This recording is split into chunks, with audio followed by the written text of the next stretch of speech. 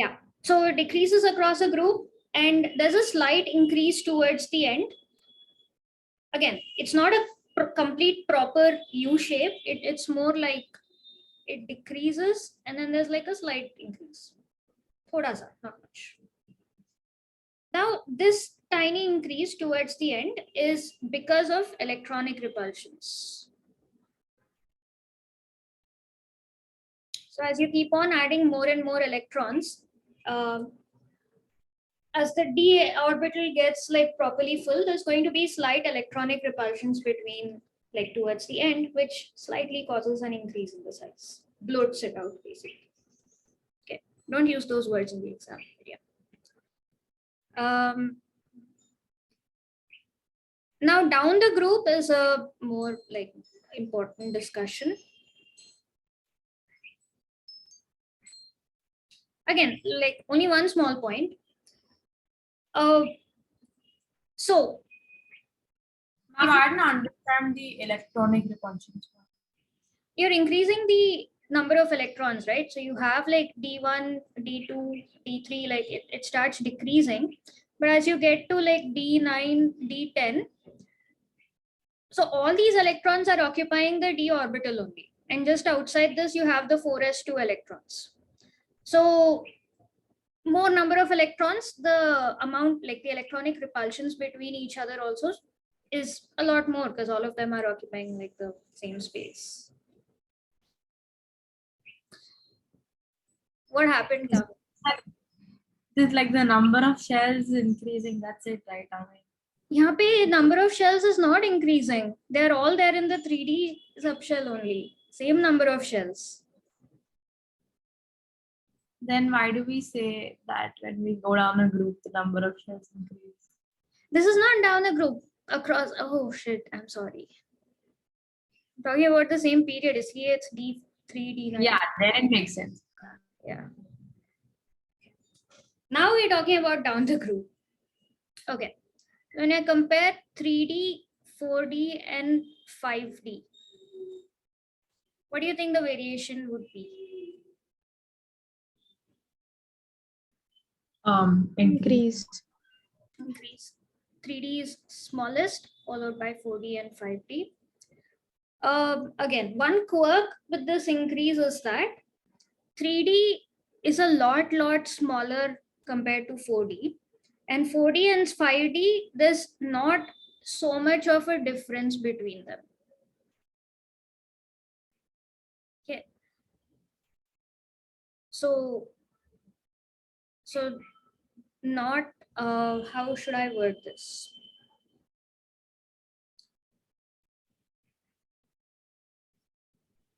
Yeah, so basically there's like 4D and 5D. So if 3D is over here, 4D is over here and 5D is over here. So that sort of a difference. Not so much of a difference between 4D and 5D. Not much difference in 4D and 5D radii or atomic size. This is because of something called lanthanide contraction. You guys remembered, I think we had talked of like periodic classification mein aaya hoga. You come across this before? You hadn't explained it, but you said that 3D was much less than 4D and 5D. Okay. So lanthanide contraction, it's related to like what happens with lanthanides. So lanthanides is the place where the f orbital gets filled up, right? Do you guys remember what is shielding effect or screening effect? S electrons have more shielding effect than P, more than D and so on, and that means like the ability to shield the electrons that are closer to the nucleus. Yes. Yeah. Which means as the f orbitals are getting filled up, iska screening effect zyada nahi hai. D and F is like the screening effect is not too much, not as much as S and P. So when the f orbital electrons are getting filled up, even though the number of electrons is increasing, it's not really shielding the outermost electrons from the nucleus. Matlab, the outermost electrons are still feeling the same amount of pull from the nucleus. In fact, more pull because the number of protons is increasing. Okay, so because f orbital shows lower screening effect, even though like the number of protons is increasing, extra electrons are going in f orbital, but they are not preventing the nucleus from exerting like its effect on the outermost electron. So the nucleus starts pulling on the outermost electron, which is your 6s, I think. Lanthanoids mein, yeah, 5d, 4f, 6s. The 6s electrons, the nucleus is pulling on them with a lot more force. Pulling with a lot more force, matlab, the radius decreases. So that's why lanthanoid contraction. So this happens in lanthanoids mainly. So in 4D and 5D, there are F orbitals. So 4D में there are no like 4D 4D में F or like 4F is there, but it's still incomplete. Like nothing's touching it. When 5D one starts getting filled, like 5D series में the 4F orbitals, like you start having the 4F orbitals starting to build. So that is the reason, like ठीक है, that's why 4D में कोई F electrons नहीं है. So the screening effect and all like will be the same, which is why 4D is a lot bigger than 3D. But when you compare 4D and 5D, यहाँ पे like in between these two, the F orbitals, like 4F orbital starts getting filled. So shouldn't there be more of a difference if there is a difference in the F orbitals? No, it's the opposite, right? Like F में screening effect नहीं है. It allows the nucleus to exert a lot more force. Yeah, so in the 4D, there are like we can ignore the F orbitals because they don't have any electrons. And in the 5D, there are electrons in the F orbital. So there should be a significant difference, right, in the shielding effect. No, like F orbital ka screening effect is the lowest. What you're not taking into account is electrons ke saath protons bhi increase ho raha hai, right? Like your atomic number is also increasing. So if you compare 4D atoms and 5D atoms. So 4D with lesser pull from the nucleus and no shielding effect compared to 5D with more pull from the nucleus and some shielding effect will be somewhat equal. Understood. More effective nuclear charge in the 5D elements. Yeah, more effective nuclear charge means more pull from the nucleus, which makes it smaller. That's lanthanoid contraction. Contract ho raha hai. It's getting smaller. That's why it's not so much of a difference in the radius, in the size. Okay, so that's all about atomic size. Yeah. What else do we have? Ionization enthalpy. So let me know once you're. So if you have to write this in words, in 5D series, due to low screening effect of 4F electrons,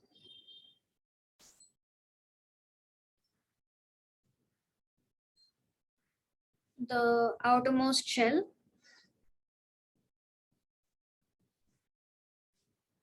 experiences more. I understood why there is less of a difference between 4D and 5D, but 3D ka itna dur kyun hai? I didn't understand. Because 3D, 4D mein it's the like extra shell is being added, and like they have the amount of screening effect both of them face is pretty much the same. Like F electrons are not coming into the picture. Whatever happens is like the same D electron. So if there is less difference in the Screening effect, then again, oh, It's because like an extra shell. Yeah, again, extra shell is being added, but also effective nuclear charge. So yeah. like that's why contraction. It's like it's smaller than what you'd expect it to be because of this. But even in 4D, there is more ZF. So I don't understand. More ZF and comparable amount of screening effect. Like 3D, what 3D like outermost shell faces is majority. What do you call it? SNP electrons ka screening effect, which is like very very effective. 4D may be same thing. Like okay, it has 3D orbitals, but the because that extra shell is being added, the distance is still like the radius of the fibrous orbital is still more, and there is no contraction happening there, even though there's like small amount because of the lower amount of screening effect from the 3D electrons, because of 3D orbitals. The contraction it's not affecting it so much. And what about the screening effect? That's what, like it's not enough to cause a contraction. Yeah. Oh, yeah. It doesn't have any F electrons. Another factor again comes back to what I said in the beginning. The difference between first shell, second shell is a lot.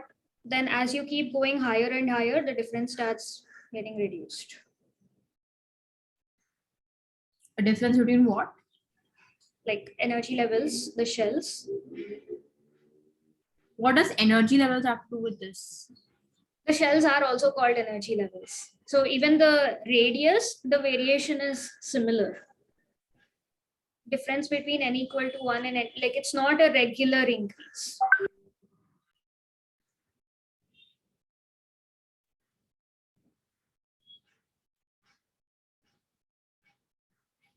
Yes, if you've noted this down, we'll go on to ionization enthalpy. 1 second.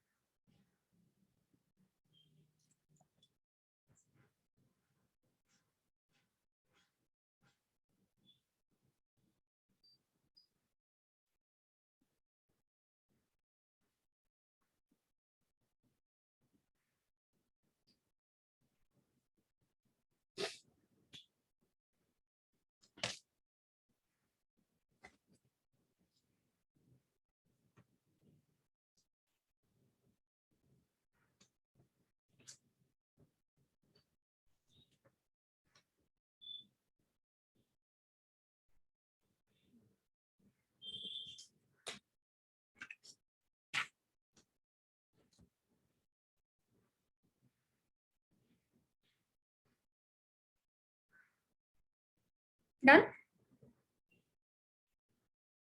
Yeah. Okay. Smera? Yes, ma'am. Okay. So ionization enthalpy. All right. So based on electronic configuration and the size and all these factors, what do you think the trend is for ionization enthalpy? We'll do across a period, left to right. Increases. Increases, yes. And the reason? The atomic size increases, so it becomes easier for Atomic size increases or decreases? decreases, so it becomes more difficult for you to remove an electron. Yeah, left to right decreases. When we talk about, again, like just like size, the difference, like the increase, it's not a steep increase, pretty much comparable.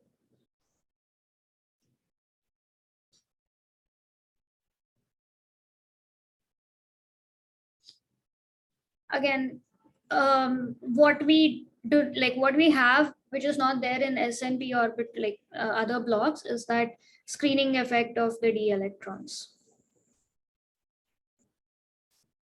The d electrons, even though you're adding the electrons to the d orbital, protons is increasing, the electrons are not screening as much as you'd expect them to. So size decreases, this also decreases. And so you end up with all of these having very similar properties. Here we need to talk about IE2 and IE3.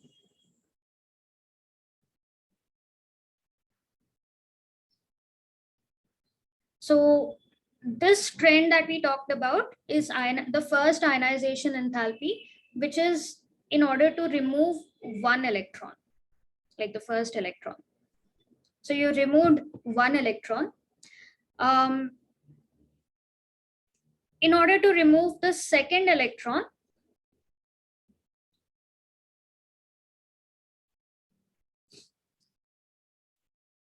here is where the difference, like in the case of IE1, it's not a steep increase, they're pretty much comparable to one another. But in the case of IE2 and IE3, here's where you're going to see difference in the increase is more.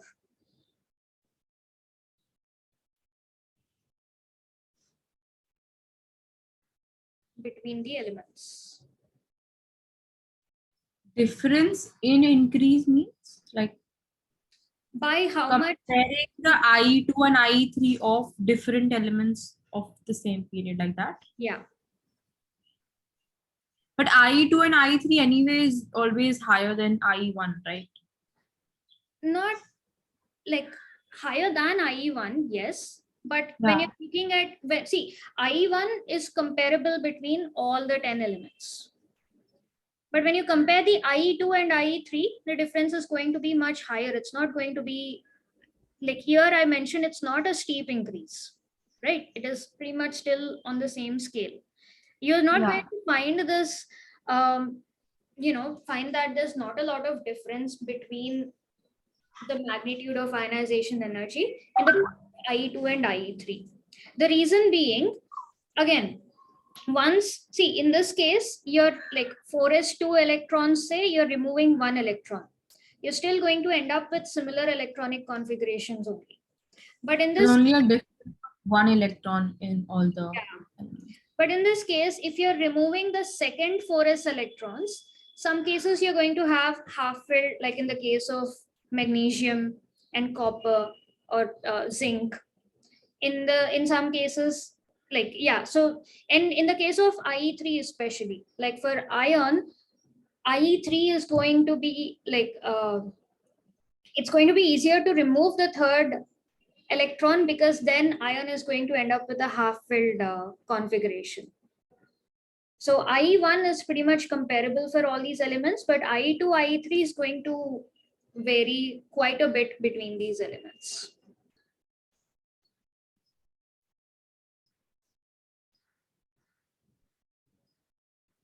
Okay. So let me write down the electronic configuration. Help.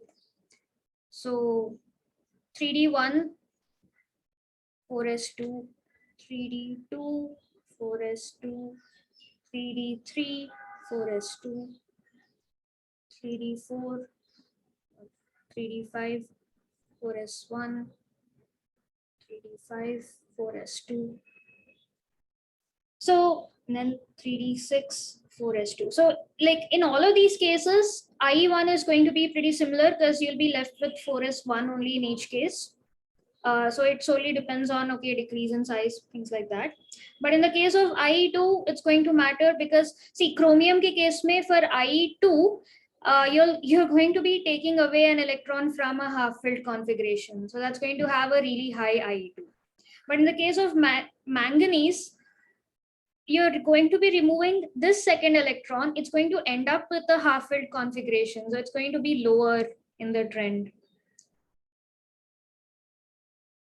So that way IE1 is comparable, but IE2 and IE3 may you find major difference.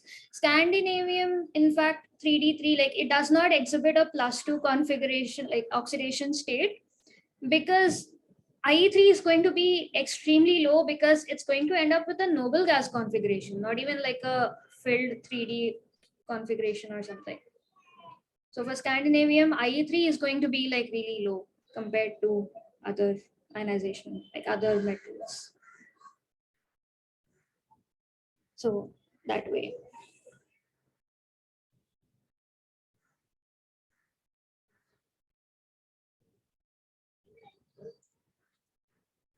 Then across a group. So yeah, like we can't exactly say the trend is going to be increasing or decreasing because it depends on the individual configuration. It's not a regular change in the case of IE2 and IE3. And it's a more pronounced change. Like it's not like a tiny difference. There's going to be a considerable difference in IE2 and IE3 for all of these. Across a group, no, sorry, down a group. So as you go top to down a group, what is the general trend with ionization enthalpies that you guys had? It decreases because as the size increases, it's easier to remove electrons. Yeah, but for IE1, we see that 5D is higher than 3D and 4D. And this is the reason for this is the, again, ties back to screening effect.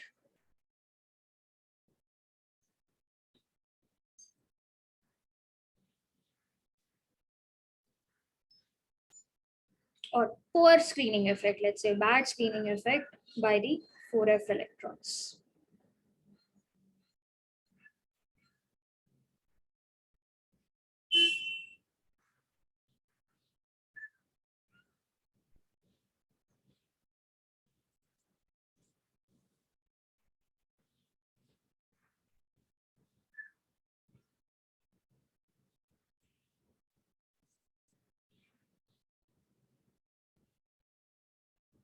Okay.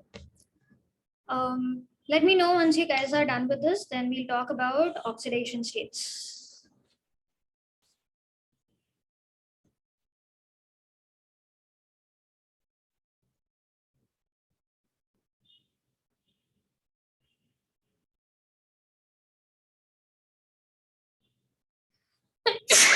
Excuse me.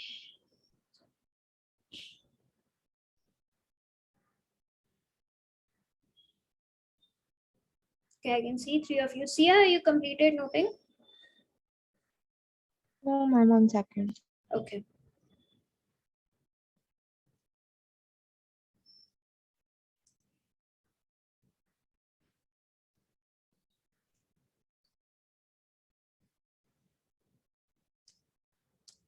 Mama still didn't really understand the I2, I3 or nothing. Yes, Miss, even I. So IE1 is removing the first electron. Okay. After you remove one electron, in all the D block elements, you'll end up with like 4s1, except for like copper and chromium. Okay, so you'll have like slight dips there, but otherwise it's fairly regular only. When you remove the second electron, then you're removing the whole, like both 4s2 electrons. So you'll end up with whatever D electrons you have. So यहाँ पे the difference is more pronounced. So Scandinavium, titanium, vanadium, like it's not much of a difference. But in this case, in the case of chromium, you remove the first electron, but when you're removing, you're trying to take an electron away from the stable half-filled configuration. So iska IE2, removing the second electron, is going to be really high because 3D5 is already stable. You need to spend a lot of energy to take this electron out. But that will only be for the few ones which have reached stability, like half shelled or fully half filled or fully filled, right? Rest of Yeah, them, while we will not have a change. and then this is going to be much lower because this is getting into a half filled configuration. So it's going to have like a lot of, like, it's not a regular trend that you can generalize it as, oh yeah, this is going to increase, this is going to decrease. Will it be lower if it's half filled? Yeah, if it's half filled, then You're taking away the second electron. 4s1 say it's getting to 3d5. It will want to get rid of the extra electron because it's getting into a more stable configuration. In this case, the second electron you're removing from the half-filled configuration. That's why it's going to be high. In this case, it will be low. 4s1. Sorry, the second one. Acha, You explain. from 4s1 you will remove, so then you that is IE1. For IE2 you will remove one more, which you remove from where 3d5. So abhi wo 3d4 ho gaya na. Whereas in the second case, Difference, like, yeah, okay. yeah. Yes, 4s1 ke baad 4s ka second electron, if you're removing, this is getting to 3d5. So it'll be easier to remove. So again, that will only happen for those which after one removal of one electron or two electrons or whatever, they've reached half filled or fully filled. Now, so the rest of the trend will follow. Fir you'll come across this again in the case of copper and zinc. Copper, zinc, like 3D 6, 7, 8. Again, you'll follow the usual thing. 3D 7 and 3D 8. 3D 9. Copper 3D 9 4s1. So copper ke saath, there's an extra thing that, okay, we're looking at ionization enthalpy, right? Yeah, so 3D 10 ho jayega. 9 is not there for copper. Yeah, 3D 10 4s1. First ionization enthalpy, you're removing the 4s1. Second ionization enthalpy, you're trying to remove from a fully filled configuration.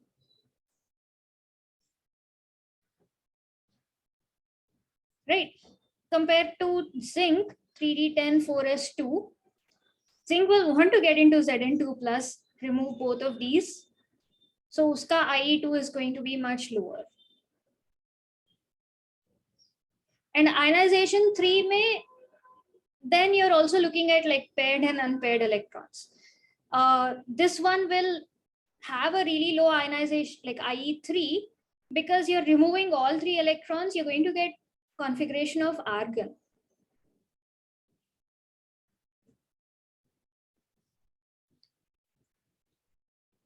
इसमें won't matter as much, 3D1 हो जाएगा. इसमें also like you'll get 3D2. In this case, you already removed 1 electron, so ठीक है. This one you're trying to remove from a half-filled thing. So the point is, you can look at it at an individual level, but there's no proper trend that you can generalize as, oh, this increases, it reduces, it's a linear increase or a logarithmic thing, like the way you do it. And the increase and decrease is also more pronounced. It's not comparable that like this thing. It's a lot of variations. It's not regular. The change is pretty irregular. So by difference in increase, then it's not an increase exactly, right? It's just up and down, like depending on. This is not a trend. This is just a point. We're talking about IE2, I3. So yahan pe we mentioned that it's not a steep increase, right? In this case, the increase or decrease, whatever the difference is there is a higher difference. It's a higher. Yeah.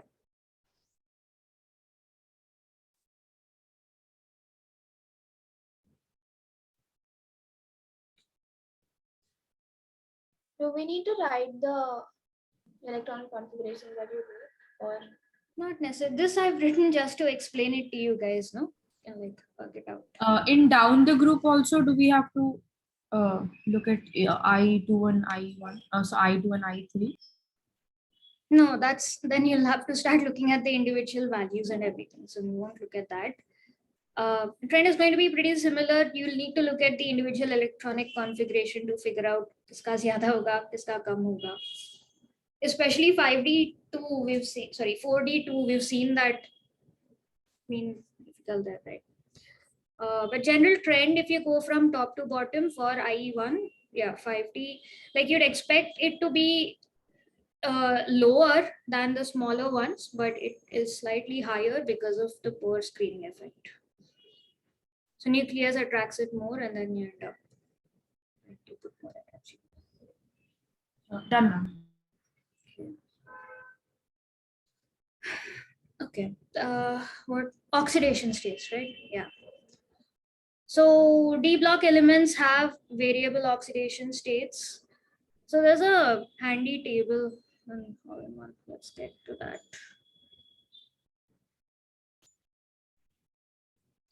Yeah.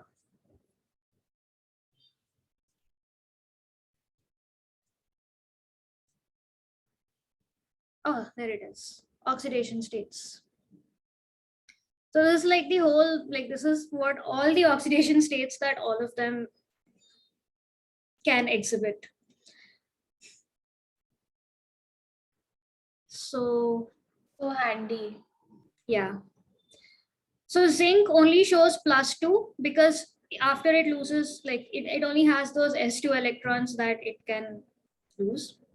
Copper shows +1 because after losing +1, it gains the D10 configuration. But the issue here is, in reality, when you have ions exist either in like a lattice structure or maximum in solution, right? In reactions and all that. So with copper, +2 is more common, even though it's losing the stable D10 configuration because of the enthalpy of hydration. So Cu plus has a low negative delta H enthalpy of hydration. Do you guys remember enthalpy of hydration or what hydration is?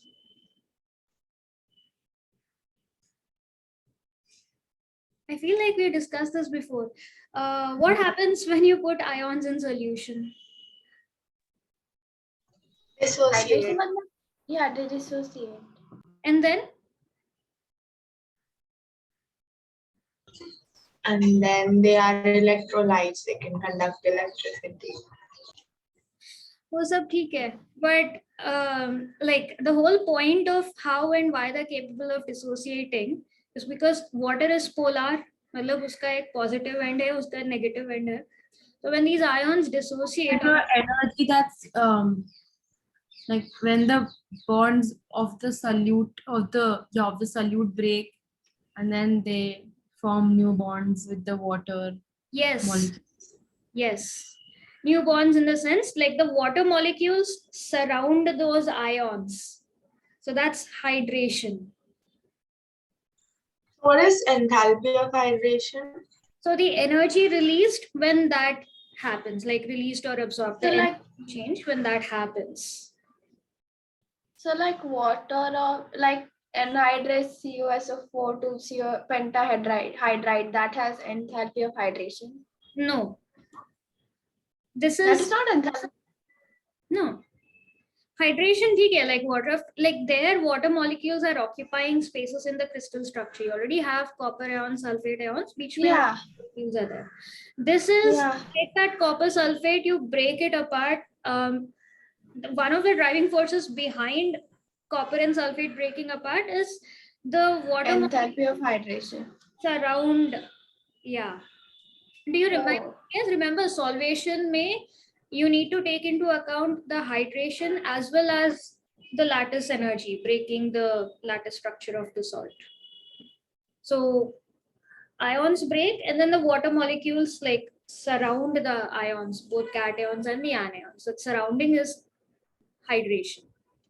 So Cu plus doesn't really exist as like Cu plus in solvation. It's pretty reactive. So the preferred oxidation state for copper is Cu2 plus because of the enthalpy of hydration. Others are pretty like intuitive. Everything shows +2. Scandinavium does not show +2 again because it only has one d electron. If it loses that, it can become argon, which is like a proper noble gas configuration. So it shows exclusively +3 only. And But what is the reasoning for chromium being +6 the most? Like, how do you decide most common, or what will form, which will follow which oxidation state? so again, the most common ones is like, what do you find, like the most number of compounds, how do they exist? So And what does that depend on? depends on various factors. So one is like a lot of these higher, like that's what we'll be discussing under this section. The higher oxidation states like Ti ka +4, vanadium ka this thing, chromium ka +6, manganese ka +7, they are stabilized by oxygen and like fluorine and oxygen. So if you observe, like if you think of all the manganese compounds you know of, Yeah. permanganate exists जिसमें manganese is in +7 oxidation state. So the higher oxidation states are exclusively stabilized by the most electronegative elements, fluorine and oxygen. It's only because of these anions that they're able to exist. Or another way to put it is, you'll find compounds in the highest oxidation states only when they are forming compounds with fluorine and oxygen. Like even in chromium, +6, you'll find it in chromate and dichromate.